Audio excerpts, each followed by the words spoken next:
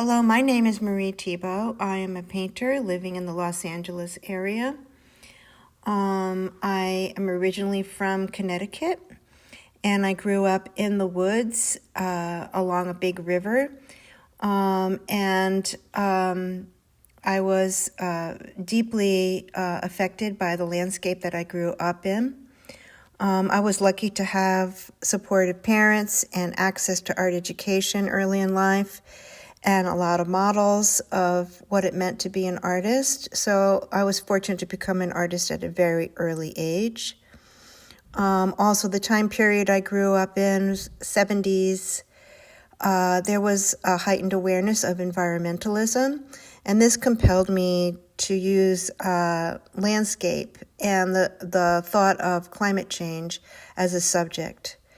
And so I have continued to develop my visual language and focus my ideas throughout my whole lifetime.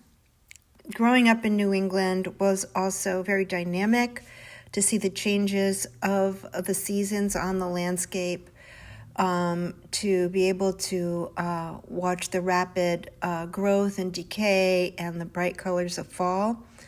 Also, growing up on the East Coast, I had access to many of the finest art museums in New York City, Boston, and other East Coast cities.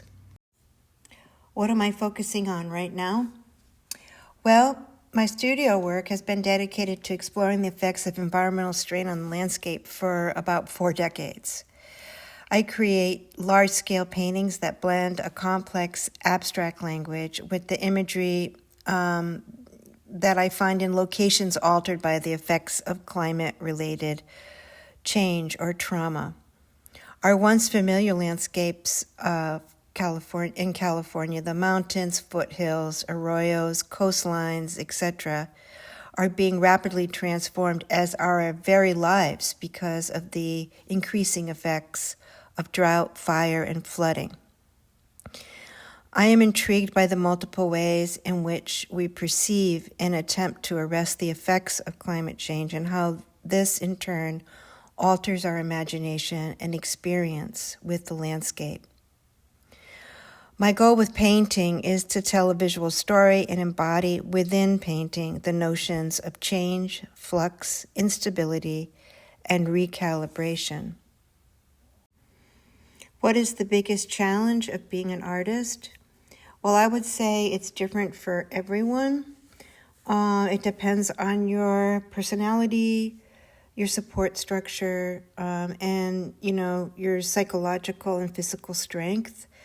I see this as a lifetime occupation or a calling that once you're committed to being an artist, you need to maintain that and grow your creative work through difficult times as well as good times. As I get older, I find it is challenging to maintain the same work ethic I had as a young person. And the physical and mental challenges that my painting requires seem to always be increasing as I transform through changes and develop the next phase of my work. I think most artists have challenges with a community. It can be a lonely endeavor, but there are ways to create community and keep a vital exchange going with your extended art community as well as a group of friends. What advice would you give to your younger self? I wish I could give my younger self some more advice because it was a difficult path when I was young, but I'm very grateful for everyone who helped me shape my practice. I'm grateful that I was encouraged with my talents to develop and adhere to a strict work ethic in order to develop my language and skills as a painter. I would tell my younger self, it's a long game, don't panic, you'll be doing this your whole life, take time to be in the world, but also keep up a rigorous studio practice and, don't stop trying to move forward with it. Have you ever tried any unconventional mediums or techniques? Probably related to most people, not so much.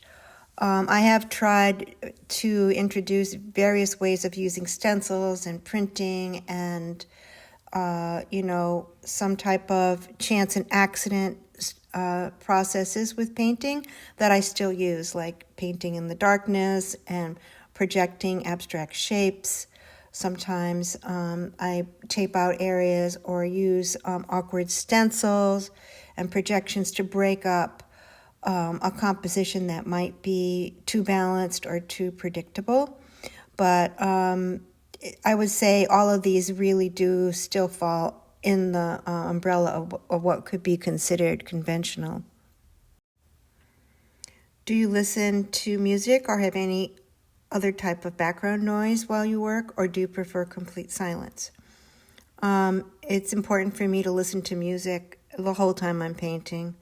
Occasionally, I will just listen to like rain sounds or nature sounds so I can get into more of a imaginary state of mind and triggers my imagination. But I do listen to music. I have many playlists on Spotify that I have created that range from classical music to contemporary classical, jazz, techno, house music, world music, rock and roll, folk music, you name it. So depending on the kind of energy I need to compensate for or build, whether it's deep focus or it's just physical energy, I'll choose the music to enhance the mood that I'm in at the time. What's the best reaction someone has had to your artwork? Well, there's been a few powerful reactions where generally people take a long time to understand or see my painting because of the complexity. But there have been some aha moments where people understand everything all at once, the space, the imagery, the way it works on the body, the sort of spirituality in it. And it can be very moving for them. And I remember a couple of times that happened. And, I'm sure there are times also where it's happened where I haven't witnessed it, where people have fallen in love with my work and bought it, where I wasn't present.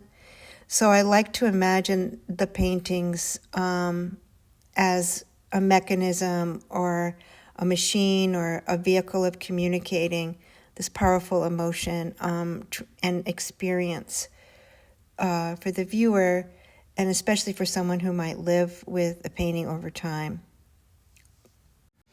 You can learn more about my work at Marie Thibeault Art Instagram or at my website, mariethibeault.com.